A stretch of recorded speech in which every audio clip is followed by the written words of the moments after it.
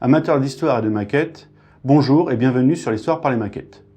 Je vous présente tous mes vœux pour cette année 2025, la santé surtout, et aussi tout ce que vous pouvez désirer. Cette petite vidéo pour faire un bilan un petit peu de l'année passée. J'ai pas fait de bilan l'année dernière puisqu'il n'y avait pas trop de nécessité. Eh bien, ça a été une petite année avec 4 vidéos diffusées qui ont engendré quelque peu plus de 15 000 vues pour une durée totale de 1200 heures de visionnement et qui ont apporté 130 abonnés et je vous remercie beaucoup là-dessus. Alors pourquoi 4 vidéos seulement cette année?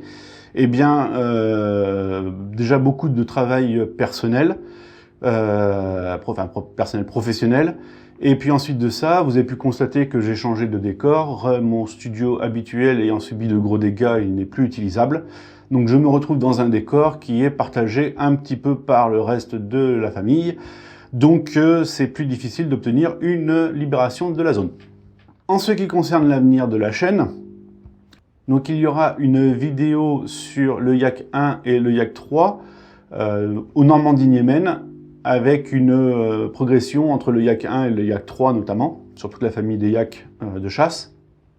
Et nous aborderons deux plus grands pilotes de cette unité, qui étaient Jean Tulane et Marcel Albert. Deuxième point important, c'était un projet que j'avais plus ou moins discuté dans la vidéo de 2022-2023, pour le Nouvel An. C'était la participation de maquettistes sous forme d'interview. Donc ce projet-là, je l'ai un peu mis de côté.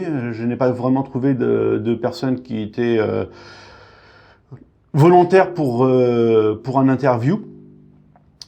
Puis ça faisait pas forcément le top. On est reparti sur une autre idée de projet qui fera intervenir toujours des maquettistes passionnés d'histoire, mais cette fois-ci dans quelque chose de plus intéressant, qui sera donc le partage de leur propre montage et d'un historique qui concerne justement ce montage. Donc on reste dans le thème de la chaîne, et ça permet de pouvoir avoir plus d'histoire, plus de diversité, et aussi de connaître, de partager d'autres histoires que simplement celles que j'ai envie d'étudier. Et enfin, pour finir, parmi les projets, il y a donc, je pense très certainement une ou plusieurs vidéos qui se feront aussi sur des avions de la Première Guerre mondiale. Hein, on commence le 70e anniversaire du début de la guerre.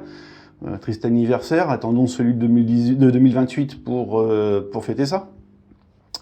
Mais donc voilà, j'essaierai d'agrémenter au cours de ces 4 ans par différents montages sur les avions de la Première Guerre mondiale. En réserve, j'ai le Fokker E3 de Udet, j'ai les Albatros, nous avons déjà fait Jean Navarre sur Verdun. Et enfin, un autre gros projet dont je vais vous parler un petit peu maintenant, mais je me garde aussi la surprise de la diffusion. Je le prévois pour fin d'année 2025, qui va sortir du cadre habituel, si je puis dire, parce que justement, on va sortir du cadre habituel. On restera dans les maquettes, on restera dans l'histoire, mais il y aura un beaucoup plus gros investissement et travail sur cette vidéo qui va me demander énormément de temps de préparation et pour tout ça. Donc je vous en dis pas plus, mais restez connectés et activez la petite cloche, vous le verrez le moment venu, j'espère que ça vous plaira. Donc voilà, ça pourrait même faire l'objet d'une vidéo en 2 parties, puisque ça risque peut-être d'être assez long. Et enfin, je vais terminer par un petit peu d'autopromotion. Dans la vie professionnelle, je suis développeur informatique, et pour mes besoins personnels, j'avais réalisé un logiciel qui me permettait de gérer mon stock de maquettes. Ça évite d'acheter les maquettes en double quand on les a, et de donc se dire « ah bah c'est dommage ». Ça permet de savoir aussi de planifier un petit peu ses achats, hein, en mettant une liste de favoris, etc. On s'y retrouve plus.